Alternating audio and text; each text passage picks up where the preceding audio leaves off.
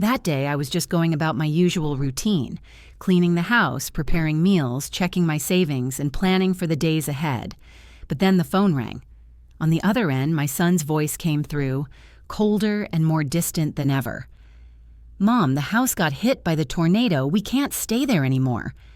I froze, unable to process what I had just heard.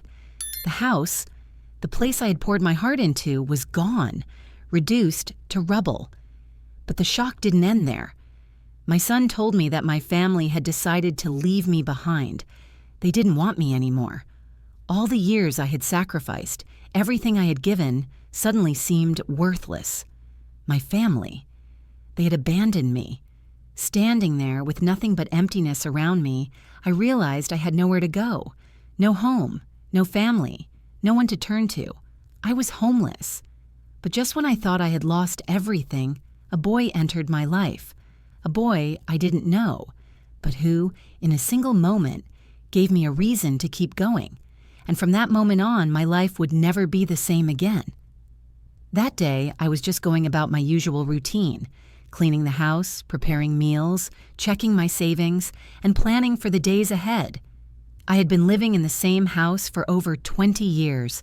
The walls were filled with memories, the laughter of my children, the quiet moments with my husband, the warmth of family gatherings. It was my home, the only place where I had truly felt safe and loved. But then the phone rang. On the other end, my son's voice came through, colder and more distant than ever. "Mom, the house got hit by the tornado. We can't stay there anymore." I froze, unable to process what I had just heard. The house, the place I had poured my heart into, was gone, reduced to rubble. I couldn't understand how something like this could happen so suddenly. Just a few hours earlier, everything seemed fine. The storm had come out of nowhere, but the shock didn't end there. As I stood in silence, my heart racing, my son continued, "And Mom, we've decided it's best if you don't stay with us anymore." I felt the world tilt beneath me. The words seemed to echo in my mind like a distant, hollow sound. My mind screamed for clarity, for some explanation, but none came. I wanted to ask him how, why, but the words wouldn't leave my lips. The house was gone, and now my family had turned their backs on me. They had no room for me. They had no place for me. The life I had built, sacrificed everything for, was slipping away, piece by piece. I had worked so hard to give them a future, to provide everything they needed. I gave my all to them, from the sleepless nights to the years of emotional and physical sacrifices. But now, in the blink of an eye, all of it meant nothing. My children had grown up and moved on, and my husband, well, he was long gone, leaving me with this empty house and the fading memories of a family that no longer existed.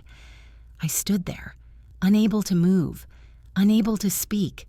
The silence in the room was deafening.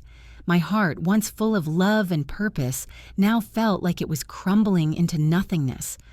My own flesh and blood had abandoned me in my darkest moment. The very people I had fought for, the ones I had given my life to, no longer needed me. I was no longer a part of their lives. "Mom, we'll send you some money for now, but you need to figure out where to go," he said. And just like that, the line went dead. I sat there staring at the phone, trying to make sense of it all. The words felt like they were meant for someone else, like I was listening to a story about someone else's life. But the cold reality of the situation hit me like a ton of bricks. There was no one left for me. I walked through the house, a place that had once been filled with life, now eerily quiet and empty. The storm had taken everything from me. But now, it wasn't just the house I had lost. It was my family, my purpose, my very identity. I wandered from room to room, touching old photographs and items that held memories of better days. How had it come to this? How had I let myself be so blind? Just when I thought I couldn't take another step, I heard a noise outside. It was faint, almost like a cry. I walked toward the door, not really knowing what I was expecting to find, but as soon as I opened it, I saw him. A boy, no older than 12, sitting on the front steps of the porch, his eyes filled with fear and confusion. His clothes were torn, his face streaked with dirt and tears. He looked like he had been through hell. "Are you okay?" I asked, my voice shaky, unsure of what to do. The boy didn't answer at first. Instead, he just looked at me, as if he were searching for something that would tell him it was safe to trust me. I don't have anywhere to go," he said finally, his voice barely above a whisper. The words hit me harder than I expected. Here I was, completely alone in the world, and now I was being asked to help a child who was just as lost as I was. I could see the fear in his eyes, the same fear I had felt when I realized I had lost everything. My heart ached for him, and without thinking, I reached out my hand. "Come inside," I said. "I'll help you." As he stood up, I noticed something odd about him, a certain look in his eyes. It was the look of someone who had been through things I couldn't even begin to comprehend, the look of someone who had already lived a lifetime's worth of pain. We didn't speak much as we entered the house. I made him some tea, and we sat in the quiet, just the two of us. As I looked at him, something in me stirred. Here was this boy, alone, without a home, much like me. We were both displaced in a world that didn't seem to care about us anymore, and yet I knew something in that moment. This boy, this stranger, was the reason I would keep going. He had given me a reason to get out of bed, to keep fighting, to not give up on myself. And so, as we sat there, sipping tea in the quiet house, I made a promise to myself that I would do whatever it took to keep going, not just for me, but for him too. Whatever had brought him here, whatever tragedy had unfolded in his life, I would help him. In that moment, I knew that my life wasn't over, and neither was his. Together, we would figure out what came next, and it would start with me saving him, just as he had unknowingly saved me. I sat there, sipping tea in silence with the boy across from me, but my mind wasn't with him. It was elsewhere. Back to a time when life was simpler, when I was still surrounded by the people I loved, when I believed in the strength of family and the bonds we shared. I closed my eyes and the memories flooded in. It feels strange now, looking back, how quickly everything changed. When I was younger, I had dreams, big ones. I wanted to be a mother, a wife, and a homemaker. I wanted to create a warm, loving family, just like I had grown up in. I thought that if I worked hard enough, gave enough of myself, I could make everything work, keep everyone happy, keep the family together. But like many things in life, those dreams came with sacrifices. So many sacrifices that, over time, I lost track of what I was giving up. I spent years making sure the house was in perfect shape, cooking, cleaning, making sure everyone had what they needed. I thought it was my role, my duty as a mother and wife. I never questioned it. I would stay up late, cleaning up after the kids, running errands, all the while putting my own needs aside. I told myself that this was normal, that this was what I had to do for them, for my family. The years went by. My children grew, and I was there for every moment. First steps, birthday parties, school plays. I remember the look on my son's face when he opened his first bike. I remember how excited he was when he learned to ride it. I remember how my heart swelled with pride when he told me he wanted to be just like his dad. And then there was my daughter, the one who always needed me close, the one I always protected. The mother-daughter bond was something I cherished, and I thought it would last forever. But as time passed, my sacrifices started to feel like something different, like a quiet erosion of who I was. My husband was a good man, but he was always busy. He worked hard, and I respected that. But over time, I realized that I was carrying the weight of our family alone. I gave up my dreams, my career, my freedom to focus on raising the children and making a home. I convinced myself it was enough, but it wasn't. It wasn't enough for him. it wasn't enough for them. When the kids got older, they started to drift away. They became more independent, and while I was proud of their growth, I couldn't help but feel the void left behind. At first, it was just little things. They wouldn't come to me as often for advice, or they wouldn't sit down and chat with me like they used to. My daughter began spending more time with her friends, and my son, well, he was always busy with school and his own life. Then came the financial struggles. My husband's company wasn't doing well, and I could see the stress weighing on him. But he never talked about it. He didn't need to. I could feel it in the air. Everything was changing. I took on more responsibility, picking up odd jobs around the house to make ends meet. I still made sure dinner was on the table every night. I made sure the kids had everything they needed, and I did all of this without complaining. But inside, I was exhausted. When my husband fell ill, everything came crashing down. Suddenly, the person who had always been the strong one was weak. I had to step up even more. I took care of him, took care of the house, took care of the kids, and still tried to maintain some semblance of normalcy. I pushed through even when my own body and mind were telling me to rest, but I couldn't, not when they needed me. It was during this time that I began to notice a shift in the way my children looked at me. They weren't the same kids anymore. They were busy with their own lives, their own problems, and I began to feel invisible. The more I gave, the less I seemed to receive. They had their own lives now, their own plans, and somewhere along the way, I had lost my place in theirs. My husband's passing only deepened the isolation I was feeling. I had given everything to my family, my heart, my time, my dreams, and yet I was left with nothing but the quiet emptiness of the house. When he died, it wasn't just him that I lost. I lost the person I had been before, the person who had dreams and hopes outside of being a caretaker, a mother, a wife. I became consumed by the role I had created for myself, and in doing so, I forgot who I was. The kids, of course, were devastated, but they moved on. They had their own lives to live. And for the first time, I realized how much I had sacrificed for them and how little it had mattered in the end. They were growing up, moving away, and I was left standing in the ruins of a life I had built with love and dedication. And now, here I was, sitting in this empty house, sipping tea with a boy I had just met, thinking about how much I had given and wondering where it had all gone wrong. As I looked at the boy across from me, I saw a reflection of myself, lost, abandoned, in need of help, and something inside me shifted. Maybe this was the reason I was here.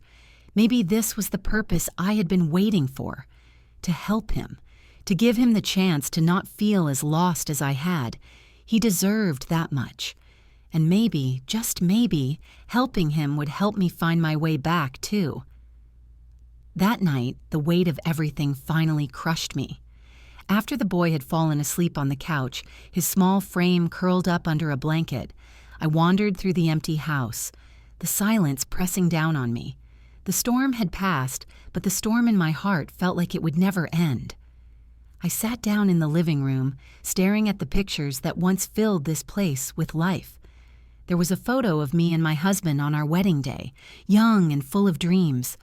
I ran my fingers over the frame, as if touching the past could bring it back. The faces of my children, their smiles frozen in time, smiles that seemed so far away now. They were still out there, living their lives, but it was as if I had been erased from their world. How did it come to this? I thought, my voice barely a whisper in the stillness. I had spent my life building a family, pouring all my love, all my sacrifices into them. But what was left for me now? What had I really gained from all those years of giving?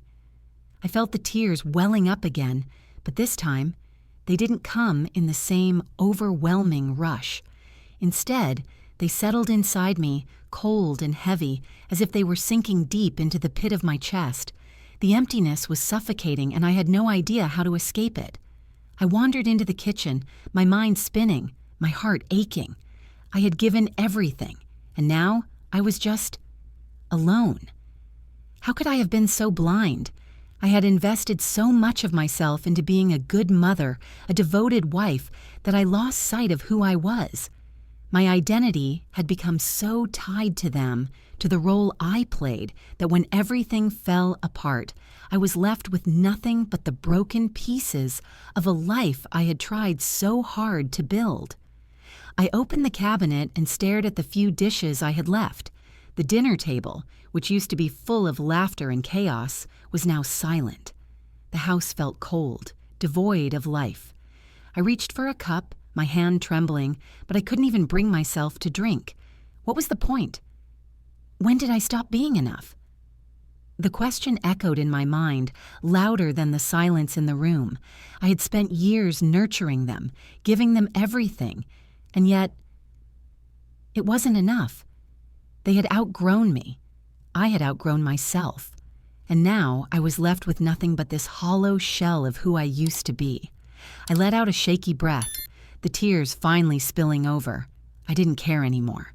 The weight of it all was too much, and I let the sadness take over. But as I stood there, in the dim light of the kitchen, something shifted. A small, quiet voice inside me whispered, "You are still here. You are still alive." I took a deep breath, wiping the tears from my face. The feeling of abandonment, of being forgotten, was crushing, but it didn't have to define me. I had spent my life putting everyone else's needs before my own, but now I was the one who needed to stand up. For myself. For the boy sleeping on the couch. He had reminded me of something. He had reminded me that I still had the capacity to care, to help, to love. It wasn't too late. Maybe I had lost my family, maybe my dreams had been shattered, but I was still here. And maybe, just maybe, this was my chance to find myself again, to rebuild, not just for me, but for him as well. As I walked back into the living room, I stopped and looked at the boy. He was still sleeping, his face soft with the innocence of youth. In that moment, I realized that maybe saving him wasn't just about helping him get back on his feet. It was about me getting back on mine, too. Maybe I had something left to give. "I'm not done yet," I whispered to myself, as if hearing the words for the first time. "I'm not done yet." It wasn't just about survival anymore. It was about rediscovering who I was and finding my strength again. I didn't have to be the mother they had abandoned. I didn't have to be the woman who had lost everything. I could be someone else, someone stronger, someone who would fight to reclaim herself, no matter how long it took. As I sat down next to the boy watching him sleep, I made a vow to myself. I would find a way to rebuild not just my life, but my purpose. And I wouldn't stop until I had done it. I owed it to myself. I owed it to him. The morning light filtered through the curtains, casting a soft glow over the empty living room. I sat there, sipping my tea, the boy still asleep on the couch. The house was eerily quiet. For the first time in days, I felt a flicker of something inside me, something that felt almost like strength. It was small, fragile, but it was there. I couldn't keep living like this. I couldn't keep wallowing in the past, in the memories of what had been. I needed to make a change. I needed to do something for myself, something that would mark the beginning of my new life. As I watched the boy sleep, his small chest rising and falling, I knew I couldn't just leave him out there in the world on his own. He had no one else, and I had no one else either. But somehow, we had found each other. And maybe that meant something. Maybe that was the sign I had been waiting for, the push I needed to start over, to stop looking back and start looking forward. It wasn't just about him, though. It was about me. I realized that I had spent my entire life giving, and giving, until there was nothing left for me. My children, my husband, no one had ever asked what I wanted, what I needed. I had become a silent servant to their needs, but not anymore. I couldn't keep waiting for them to acknowledge me, to realize what I had done for them. I needed to take charge of my own life, to make decisions for myself, to stand tall in the face of everything that had knocked me down. I put my cup down and stood up, a surge of determination running through me. I walked over to the small desk in the corner of the room and opened the drawer. Inside were papers, bills, legal documents, contracts, everything I had once buried in the daily grind, everything I had pushed aside, telling myself that I would deal with it later. But later had come, and now I had to deal with it. The first thing I did was call the bank. It was time to close the joint accounts I had shared with my ex-husband, the accounts that had been used to pay the bills, to provide for the family, to sustain their lives. It was time to sever those ties completely. I was done living in the shadow of the past. The bank representative on the other end of the phone was polite, asking for my details and confirming my identity. I hesitated for a moment, but then the words came. I want to close all of my joint accounts. I'm no longer a part of that life. It was hard, harder than I expected. My fingers trembled as I signed the final papers. But once I had done it, a strange feeling washed over me, a sense of freedom. It wasn't much, but it was a start. The first step in cutting myself off from the dependency I had allowed for far too long. Next, I called the insurance company. I canceled the policies we had kept for the house and the car. Both of those were gone now, lost in the storm. But more than that, I needed to take control. I needed to stop relying on the promises that were once made, promises that had faded into nothing. As the phone calls went on, I felt a wave of relief mixed with fear. Fear of the unknown, fear of what this new life would look like. But I realized something. This fear was different. It wasn't the same fear I had felt when I had been abandoned by my family. This was the fear of growth, the fear of stepping into a new life, and I wasn't going to let it stop me. By the time I finished making the calls, the boy had woken up. He looked at me with those wide, uncertain eyes, as if he didn't know what to expect. I smiled at him, a real smile this time. For the first time in a long time, it felt genuine. "Good morning," I said softly. "How are you feeling?" He shrugged, rubbing his eyes. "Okay, I guess. Thanks for letting me stay." I nodded. "You don't have to thank me. You can stay as long as you need to. But we both need to figure out what to do next." He looked at me, his eyes bright and curious. "What do you mean?" I stood up and walked over to the window, looking out at the world beyond. "I mean that we can't just keep living like this. We both need a fresh start. I don't know how yet, but I know we'll figure it out." I turned back to him and saw the smallest hint of a smile on his face. It was fleeting, but it was there. "I can help you," he said softly. My heart tightened in my chest. "I don't know if you can, but thank you." We stood there for a moment, sharing an unspoken understanding. In that silence, I realized that this boy who had come into my life in the most unexpected way, might be the key to my own healing. Just as I had saved him, perhaps he could save me.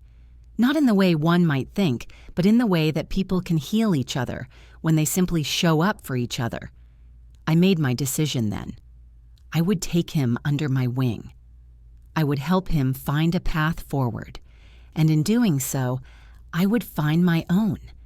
Together, we would rebuild, one step at a time. The days that followed felt like a slow, uncertain climb.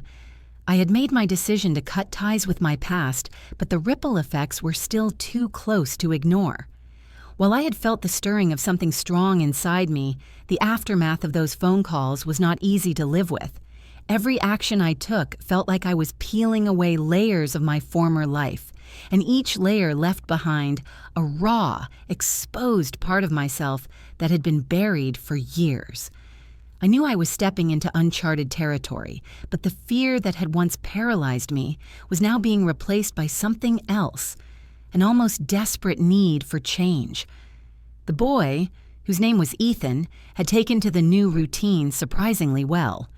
We spent the mornings together, trying to piece together what needed to be done next. It wasn't easy.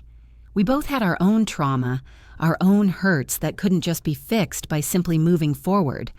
But the more we talked, the more I realized we were both struggling with similar fears. Fear of being alone, fear of being forgotten, fear of never finding a place where we truly belonged. And yet, there was an unspoken understanding between us. We both knew we had to keep going, keep trying, even if the future was a blurry, uncertain horizon. But as much as I had been focusing on moving forward, my past was still there, lingering, always pulling at me. And it wasn't long before the phone calls started. The first one came 2 days after I had canceled all the joint accounts. It was from my son. I didn't recognize the number at first, but as soon as I heard his voice, I knew. There was a hesitation in his words, an edge of anger that I hadn't heard before.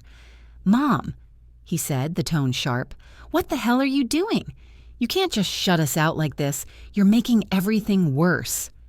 I closed my eyes, bracing myself. "I'm not shutting anyone out, Jacob," I replied calmly, though the sting of his words hit me harder than I cared to admit. "I'm just doing what I need to do for myself." "You're being selfish," he snapped. "We've been trying to help you, but you're making it impossible. You can't just cut us off and expect everything to be okay. Dad wouldn't have wanted this. You're just making it harder on everyone." His words were like a slap to my face, each one cutting deeper than the last. I wanted to shout, to scream at him for all the years I had spent sacrificing my life for them, but instead, I took a deep breath, my hands shaking at my sides. "Jacob, I've given everything for this family. Everything, but no more. I need to take care of myself now." He fell silent on the other end of the line, and for a moment I thought he might have hung up. But then he muttered something barely audible. "This isn't over, Mom. I don't know why you're doing this, but I won't let you ruin everything." And then he hung up. I sat there for a moment, the phone still pressed to my ear. The silence felt suffocating. I had expected anger, I had expected disappointment. But hearing him call me selfish, that was the hardest blow. The word echoed in my mind long after the call ended. Selfish. Was I being selfish? Had I really put myself above them all these years? I had spent so much of my life giving, and now, in this moment, was I taking too much? No, I wasn't selfish. I was simply surviving. The next day, the calls continued. My daughter, then my ex-husband's family, all of them demanding answers, demanding to know why I had made the decisions I had. My daughter, her voice tight with frustration, accused me of abandoning the family at the worst possible time. They all said the same thing. "You're making this worse, Mom. You need to come back. You can't just walk away." I knew they were scared. I knew they were angry. But I couldn't let their emotions dictate my life any longer. The more they pushed, the more I resisted. But as the calls kept coming, I began to notice something else. Their desperation. They were scared. They were scrambling to keep things together, to maintain some semblance of control over a situation they couldn't understand. They didn't want to acknowledge the truth, that I was not a part of their lives in the same way anymore, that I had chosen to live my life differently, to take a step back and put myself first. And that, for them, was an unbearable thought. The final blow came 2 days later, when Jacob arrived at my doorstep unannounced. I had just finished a phone call with the landlord about moving into a new apartment, a small place I could finally call my own, when I heard a knock on the door. I opened it, and there he stood, my son, looking more disheveled than I had ever seen him, his face tight with emotion. "Mom," he said, his voice filled with a mixture of frustration and hurt. "I don't understand why you're doing this.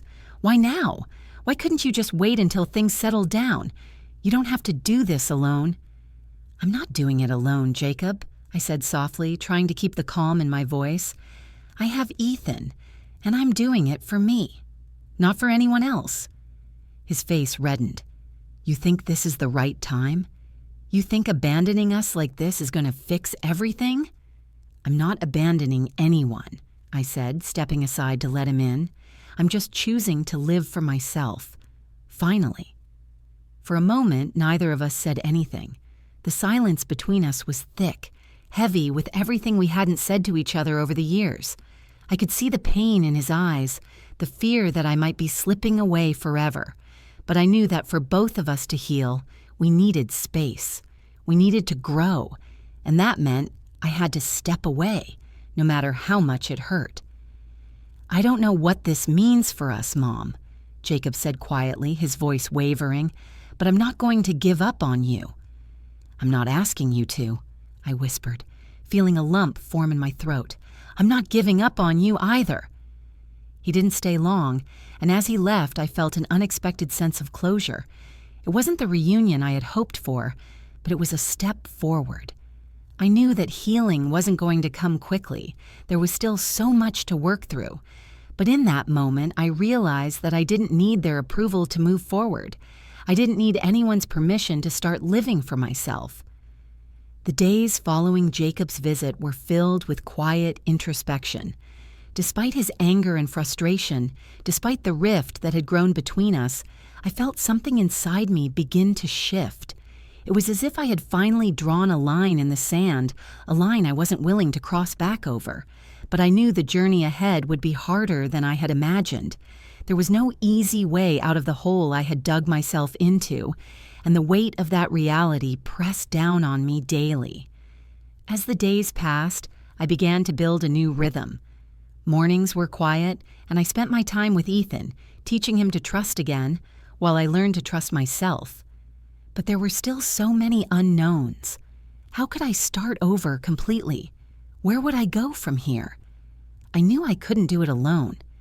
As much as I tried to tell myself I could, the truth was that there was no shame in asking for help. I needed allies, people who understood that my decision to step away wasn't out of malice, but out of necessity.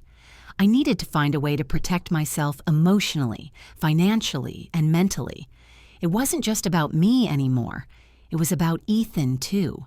The first step was making contact with people from my past, people I hadn't spoken to in years, people I had distanced myself from when my life had revolved around my family. One of those people was my old friend, Sarah. We had met in college, and though life had pulled us in different directions, we had always kept in touch, albeit sporadically. She had always been a voice of reason, someone who understood the importance of balance in life. And right now, I needed balance more than anything. I called her one afternoon, the sound of the phone ringing filling the quiet room. When she answered, there was an unmistakable warmth in her voice, despite the years that had passed. "Sarah?" I said, my voice slightly wavering. "It's me, Emily. I know it's been a long time, but I need your help." She didn't hesitate. "Emily, of course. I'm so glad you called. What's going on?" I poured out everything to her, the house, the family, my decision to start over. I didn't leave anything out. I needed to be honest, not just with myself, but with someone who would understand. She listened, offering words of reassurance when I needed them, and practical advice when the silence became too heavy.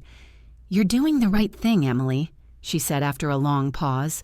"It's hard, but it's necessary. You deserve to take care of yourself. You've spent your whole life looking after others. Now it's your turn." Her words felt like a balm to my soul. She didn't judge me. She didn't make me feel guilty for choosing myself. She simply understood. We made plans to meet in person, and I felt a glimmer of hope that I wasn't as alone as I had thought. Later that week, we met at a small cafe downtown. When she arrived, I could see the same caring, familiar face I had known years ago. But there was something different about her, too. She was confident, at ease with herself. She didn't carry the weight of others' expectations like I had for so many years. We sat down together, and after a few moments of casual conversation, the tone of the meeting shifted. She leaned in, her eyes locking with mine, as if she were making sure I understood just how serious she was about what she was about to say. "Emily, you don't have to do everything on your own. I know it's hard to ask for help, but you've got to give yourself the permission to receive it. You've carried everyone else's burdens for so long, it's time you let someone else help you carry yours."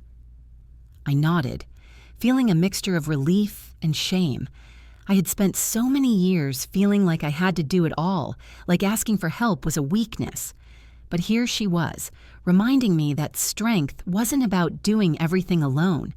It was about knowing when to lean on others. "I've got a contact for you," she continued, pulling out a business card from her bag. "Her name is Lisa.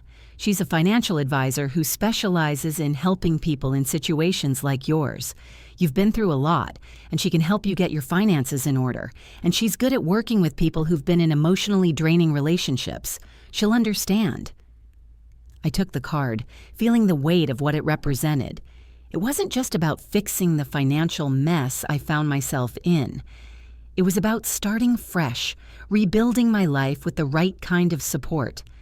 "Thank you," I said, my voice breaking a little. I didn't know how I would ever repay her, but I would find a way. She had given me something more valuable than money or advice. She had permitted me. Permission to breathe, to start again, and to let myself be cared for. As we parted ways that afternoon, I felt a new sense of determination. I wasn't just surviving anymore. I was beginning to live again. Slowly but surely, I was reclaiming my life, step by step. The next day, I called Lisa. She was everything Sarah had promised, calm, compassionate, and understanding. We set up an appointment for the following week, and as I hung up the phone, I felt a small, quiet sense of relief.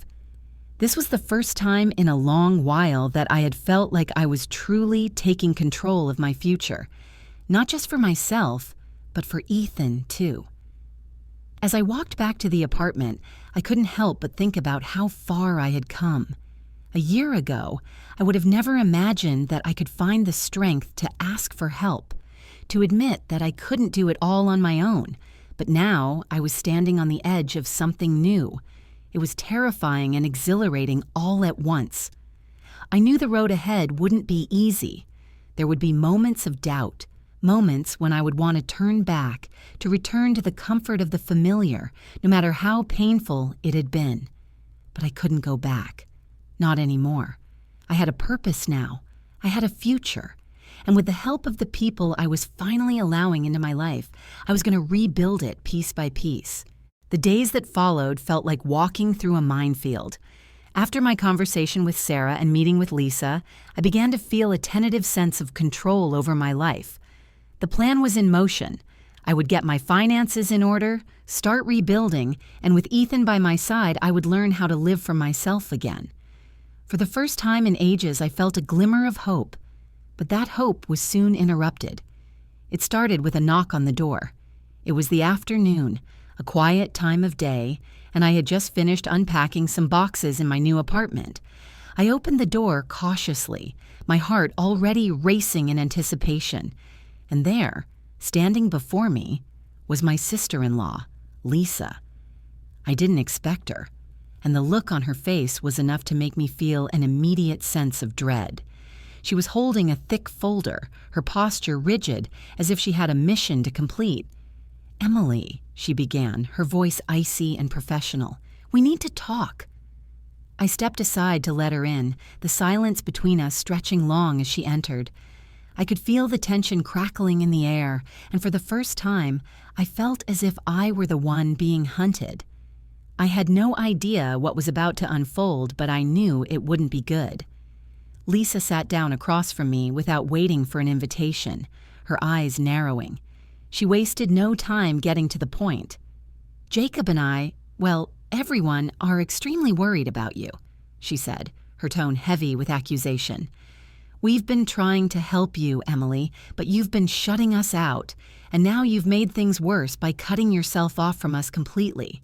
We can't let you do this. We're going to have to intervene." I stared at her, confused.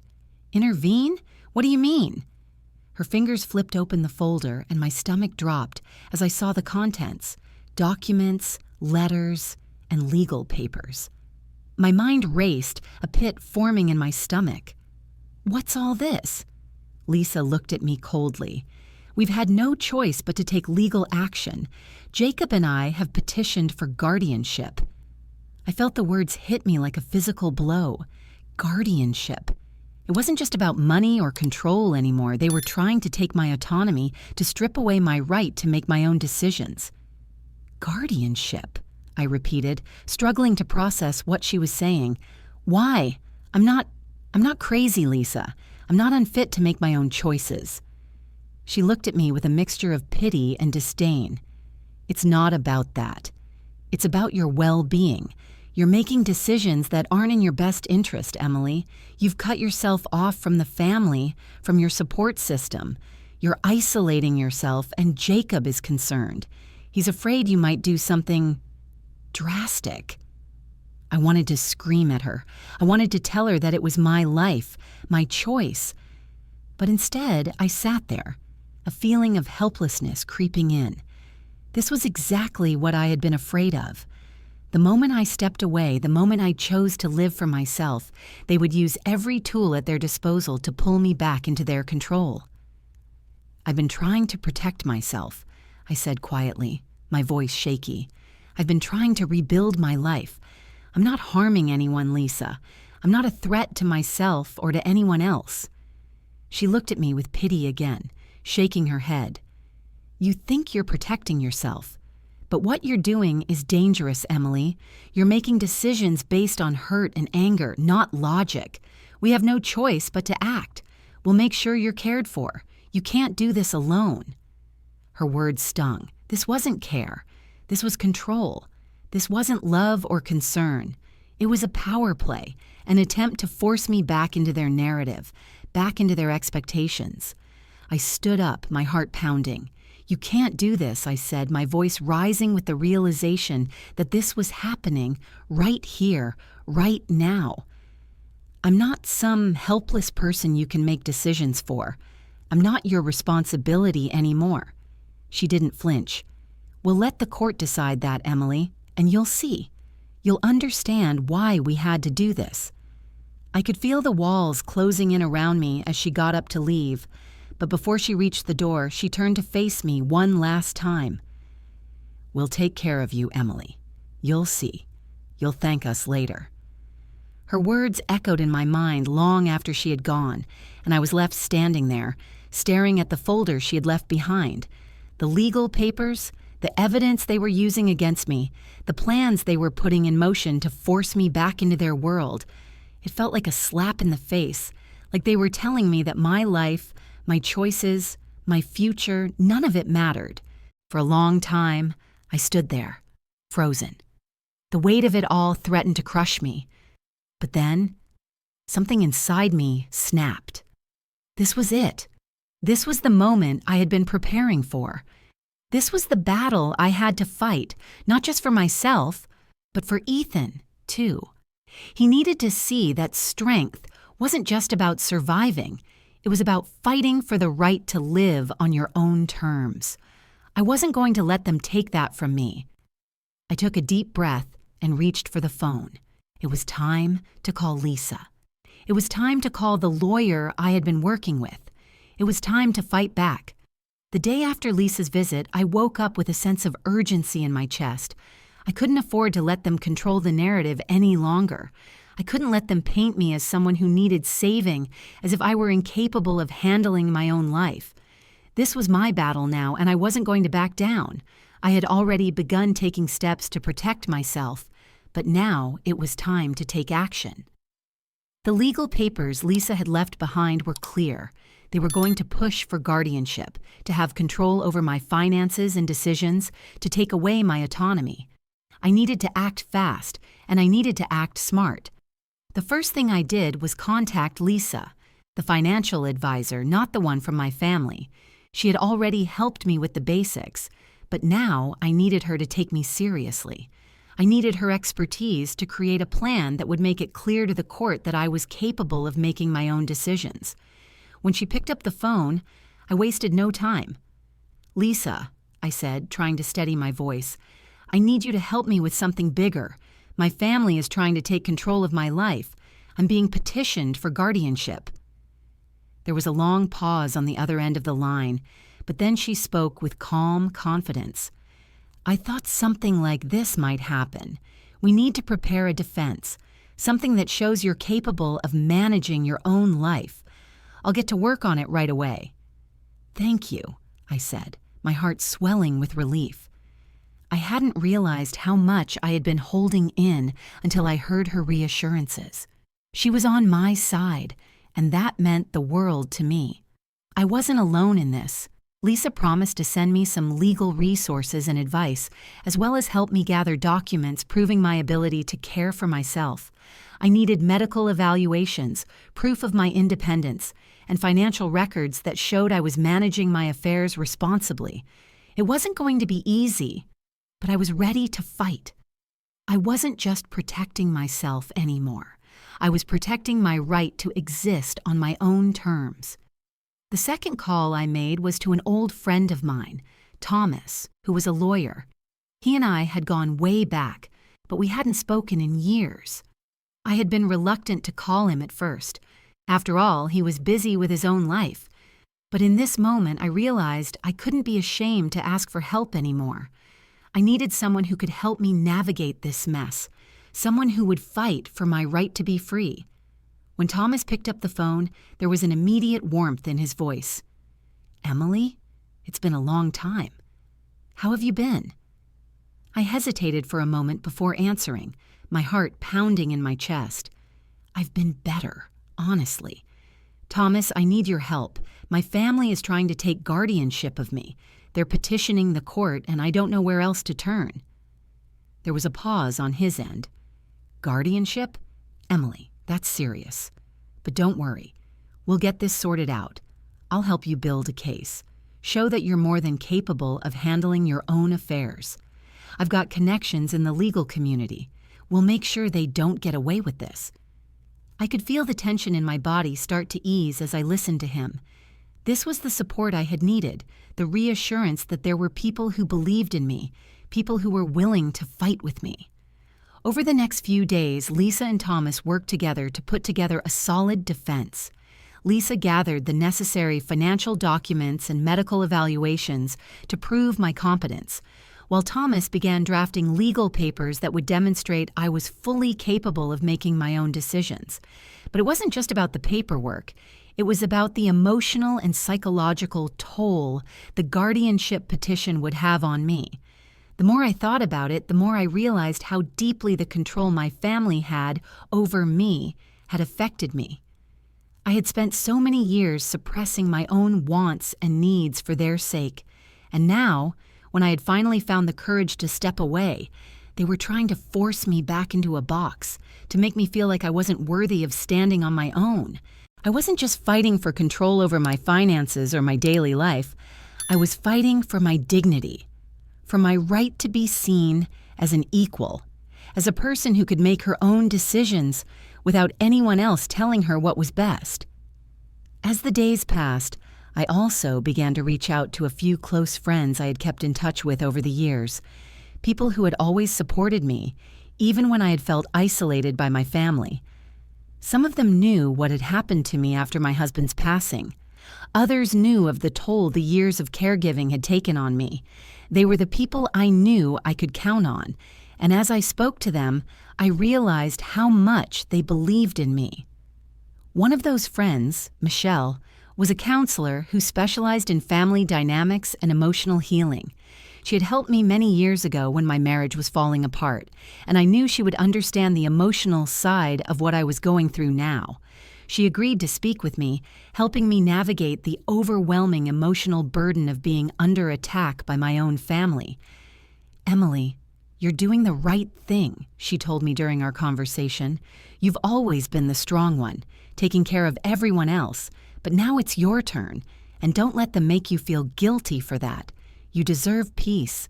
You deserve to have your own life, to heal, and to move forward." Michelle's words were like a balm to my soul. The emotional toll had been immense, but hearing her speak with such certainty made me feel like I could handle it. I had people in my corner, people who truly understood what I had been through and what I was trying to do. With each conversation, I felt more emboldened, more certain of my ability to face whatever was coming. As the legal paperwork came together and my emotional support network grew stronger, I could feel a shift in myself. I wasn't just surviving anymore, I was fighting, and I was going to win this fight. I wasn't going to let anyone take my life away from me. This was my chance to reclaim it, and I wasn't going to let go. The day of the hearing arrived faster than I expected. Even though Thomas had prepared me, even though Lisa had walked me through every document, every statement, every piece of evidence that would prove I was perfectly capable of managing my own life, nothing could have prepared me for the weight of that courthouse door as I pushed it open. It felt like walking into a storm all over again. The hallway was cold, lined with polished floors and harsh fluorescent lights, a place where people's lives were judged, dissected, rewritten. This time, it was mine. When I entered the courtroom, I saw them, my family, already seated. Jacob, stiff in a suit that didn't quite fit. My daughter, eyes red, pretending to cry. And beside them were my in-laws, whispering frantically like they were the victims in all of this. It was almost surreal. For a moment, I allowed myself to feel the ache of what could have been: support, understanding, compassion. Then I reminded myself why I was here, because they had taken my vulnerability and tried to turn it into a weapon against me. Thomas leaned slightly toward me. "You ready?" he whispered. I nodded, though my hands trembled. "I'm more ready than I've ever been." The judge called the court to order. Jacob's lawyer spoke first, a tall man with a sharp jaw and sharper tongue. "Your Honor, we are here today because Ms. Emily Carter has demonstrated behavior that raises serious concerns about her mental stability and her ability to care for herself. Her sudden decisions to isolate from her family, her impulsive financial actions, and her recent guardianship violations indicate a potential cognitive decline." Every word he said burned in my ears. I wanted to scream, "I am not declining, I am reclaiming." But I stayed silent, just like Thomas told me. Then Jacob spoke. His voice trembled in a way I hadn't heard since he was a child, except this time it wasn't vulnerability, it was performance. "Mom has changed. She won't answer our calls. She cut us off financially and emotionally. We're scared she's being manipulated or influenced. We just want to protect her." Protect me. If only the judge knew what those words really meant. Then it was our turn. Thomas stood slowly, buttoning his suit jacket. His presence filled the room in a way that made me feel safe. "Your Honor, what you've heard today is not concern." He paused, letting the silence stretch like a held breath. "It's control." He handed copies of documents to the judge and the opposing counsel.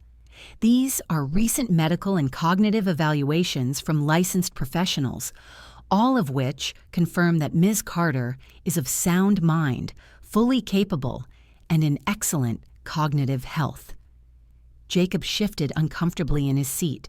"And here," Thomas continued, "are bank statements, financial records, and transaction logs showing Ms. Carter's independence, responsibility, and sound financial decisions. Every action she has taken is legally valid and financially stable." He stepped to the side slightly, revealing a binder. "And this is documentation of emotional mistreatment, financial pressure, and coercive behaviors exerted by the petitioners over the last several years. The petitioners have not been protecting Ms. Carter. They have been benefiting from her." A murmur rippled through the courtroom. Jacob's lawyer tried to object, but the judge lifted a hand. "Proceed." Thomas opened the binder, revealing the pages I had helped prepare. My years of deposits, withdrawals made in their names, debts I had covered, the bills I had paid quietly, the emergencies I had handled alone. Then he did something I didn't expect. He called me to the stand. My knees shook as I walked, but I kept my head high. I had lived through worse storms than this. Thomas approached softly. "Miss Carter, do you feel incapable of managing your own life?" "No," I said firmly. "For the first time, I feel free to live it." And did your family provide support when your home was destroyed? I swallowed hard. No, they left me. I was alone. A hush fell over the room, and when you chose to distance yourself from them, Thomas's voice softened. Was it rash, or was it necessary? I looked right at Jacob. It was survival. My son looked away. Then the judge spoke, his voice calm, steady, definitive. I have reviewed all evidence, testimonies, and documents presented today. There is no legal, medical, or ethical basis for guardianship. The petition is denied. Permanently. The word permanently felt like warm sunlight on frozen skin, but the judge wasn't done. And I will advise the petitioners, he added sternly, that attempting to exploit guardianship laws for personal or financial gain is a misuse of the court system. I expect no further attempts to undermine Miss Carter's independence. The gavel struck. It was over. Or rather, this chapter was. As I left the courtroom, my legs felt weak, like they couldn't quite hold the weight of what had just happened. But they did, because I finally understood.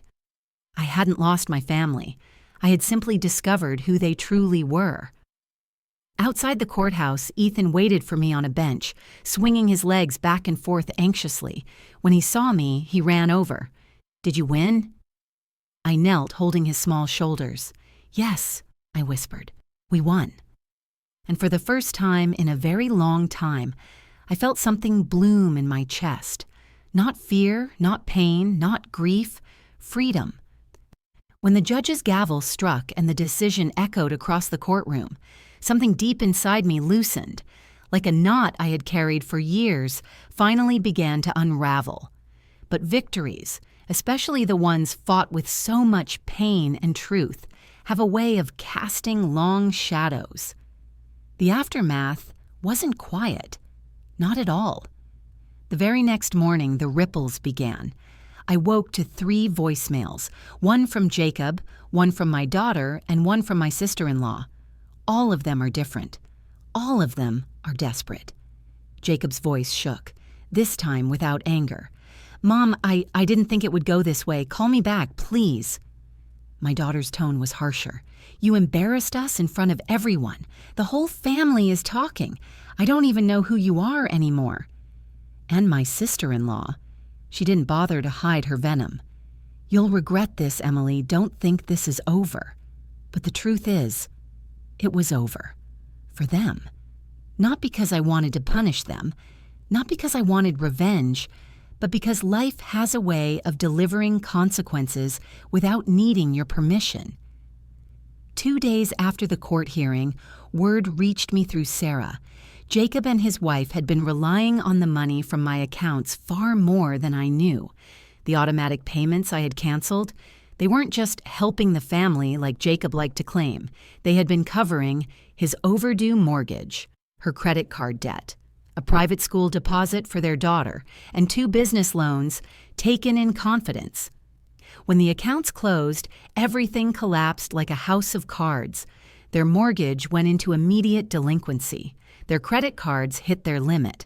The school called demanding payment, and the loan collectors, they started showing up. What they once called family funds had actually been my lifeline, for them. Now they had to face the reality they had hidden from me. They had been living on a foundation built from my sacrifices. Once it was gone, so was their stability. In our community, news moves faster than tornado winds. The courthouse clerk had seen dozens of guardianship cases where children fought to protect elderly parents, but rarely, almost never, did he see a case where the parent fought to protect herself from her own children. By the end of the week, people were talking, not about me, about them. The whispers grew. Why would they try to take their own mother's rights? Was it about money? Did you hear the judge scold them? At church, an older woman I barely knew came up to me, placed her hand over mine, and said quietly, "You must be stronger than you look, and they must be smaller than they pretend to be." For the first time, I didn't feel shame. I felt seen. Jacob's wife left him a week later, not because of the court case, not because of me, but because financial strain has a cruel way of stripping away false harmony.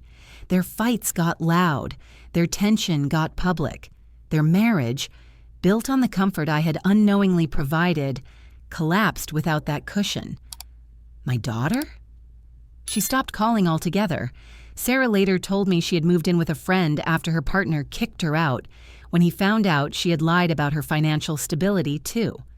One by one, the illusions they had used to hide their dependence on me shattered.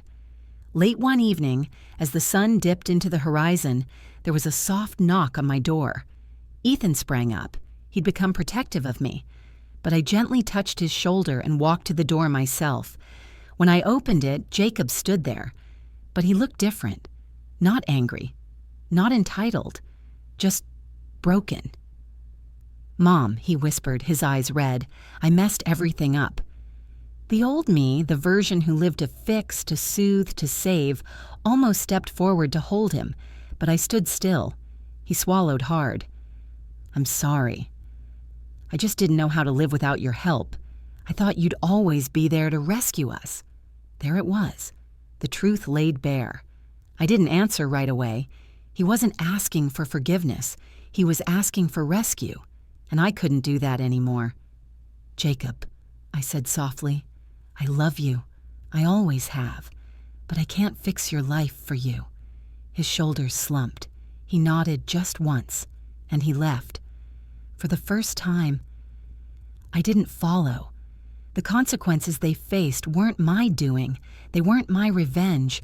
They were simply the natural result of years of dependence, misplaced entitlement, and the false belief that I would always be there to fill their gaps.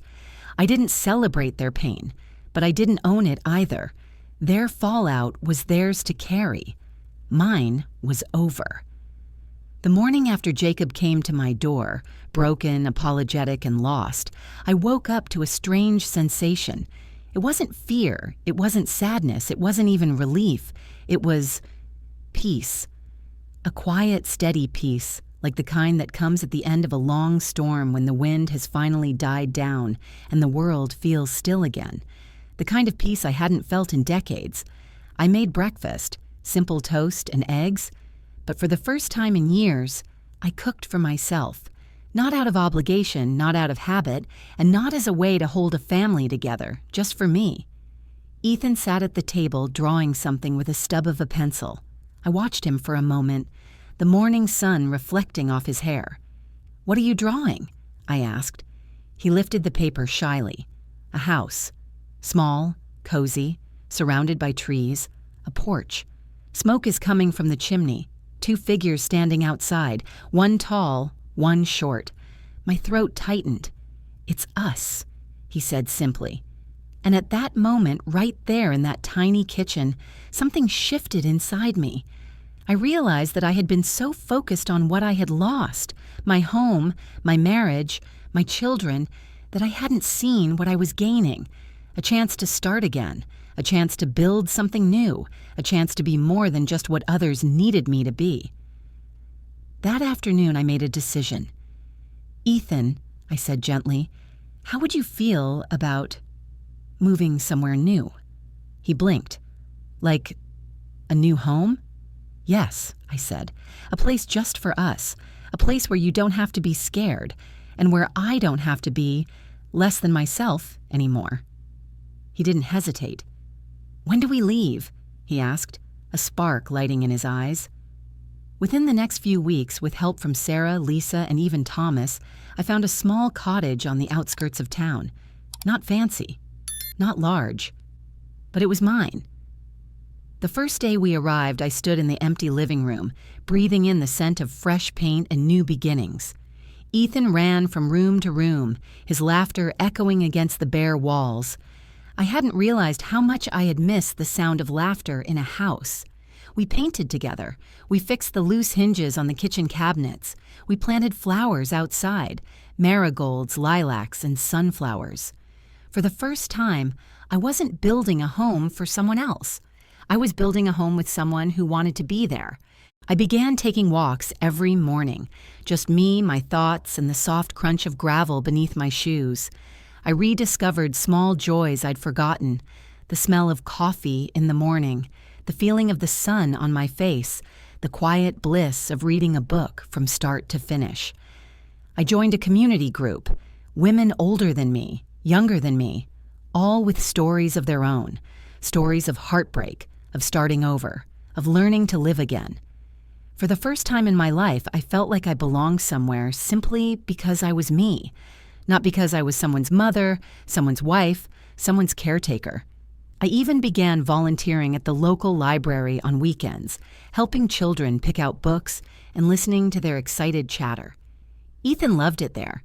He'd sit in the reading corner, devouring adventure stories, his eyes bright with a joy I hadn't seen in him before. One morning, about 3 months after the court hearing, I looked in the mirror and barely recognized myself, not because I looked younger, not because I looked different, but because I looked present, alive, certain. I wasn't the woman whose identity depended on the approval of her children. I wasn't the woman silently carrying a family that never asked how heavy the burden was. I wasn't the woman waiting to be chosen. I was the woman choosing herself, choosing peace, choosing freedom, choosing a life that belonged to me, not borrowed, not given, not demanded, but earned. One evening, as we sat on the porch watching fireflies dance across the yard, Ethan leaned against me. "Do you think we'll stay here forever?" he asked. I smiled. "I don't know," I said honestly. "Life changes. People change. But right now, this feels right. And wherever life takes us, we'll face it together." He nodded thoughtfully. "You saved me," he whispered. I wrapped my arm around him. "And you saved me too." That night, as the stars shimmered above our little home, I realized something profound. I hadn't lost a family. I had simply found a new one built on love instead of obligation, on presence instead of expectations, on healing instead of hurt. And for the first time in my life, I felt truly, wholly, quietly free. The first time I woke up in that little cottage without rushing to anyone's demands, without checking my phone for messages filled with guilt, fear, or expectation, I sat on the edge of my bed and just breathed, a slow, full breath. Something so simple, something I hadn't truly done in years. Outside my window, morning sunlight spilled over the trees, and the world looked calm in a way I had never noticed before. Maybe it had always been this peaceful. Maybe I had just been too busy surviving to see it. I walked into the kitchen and made coffee, the aroma filling the air. Ethan shuffled out a few minutes later, rubbing his eyes, yawning softly. We ate breakfast in silence. Not uncomfortable silence, but the kind that comes when two people feel safe around each other. As he headed out to play in the backyard, I stayed inside, letting my thoughts settle. And that's when the realization came. I wasn't living in the shadows of my past anymore. I wasn't waiting for my children to validate me. I wasn't holding my breath for the next storm, literal or emotional. I was living, simply living. I walked onto the porch and sat in the rocking chair I'd found at a thrift store. And as the wind rustled through the leaves, I began to speak out loud, not to anyone in particular, but to myself, the version of me who had once believed she was unworthy of peace. "I am 64 years old," I whispered, and for the first time, I finally understand what freedom feels like. I didn't say it with bitterness. I said it with truth, because freedom wasn't loud. It wasn't dramatic. It wasn't the triumphant shout people imagine in movies. Freedom was quiet, gentle, steady, like my own heartbeat. It was waking up without dread. It was choosing peace over pleasing others. It was learning that saying no didn't make me cruel, and saying yes didn't make me weak. It was discovering that the family you are born into may not always be the family that carries you through life. Sometimes family is found. Sometimes family is built. Sometimes family is healed along the way, and sometimes family is a boy who shows up on your porch with fear in his eyes and hope in his heart. I turned to look at Ethan as he knelt in the dirt, planting a sunflower seed with tender care. He looked up, caught me watching, and grinned, a grin so bright it could have lit the whole sky. That simple smile said more than 1,000 apologies my children never gave me. And this is the truth I want to leave you with. Yes, you watching this, listening to this. Maybe you've been carrying a weight for years. Maybe your family, your partner, your children, or the people you trusted most have hurt you. Maybe you've been taught to shrink yourself to fit the expectations of others. Maybe you've forgotten who you are underneath all the roles you've been forced into. If that's you, if even one part of my story echoes something inside you, then hear me clearly. You are not too old to choose yourself. You are not too broken to begin again. You are not too late to rewrite your life. Pain doesn't age you. Betrayal doesn't define you. Starting over doesn't diminish you. It liberates you. I spent decades believing my worth was measured by what I gave. But now I know the truth. Love is not a loan. Love is not a currency. Love is not a debt you owe to anyone. Love, real love, is a choice made freely, not an obligation demanded. And when someone uses your goodness as leverage, that is not love. That is control wearing a familiar face. So ask yourself quietly, where have I been shrinking myself just to be accepted? Whose approval have I been chasing that was never mine to win?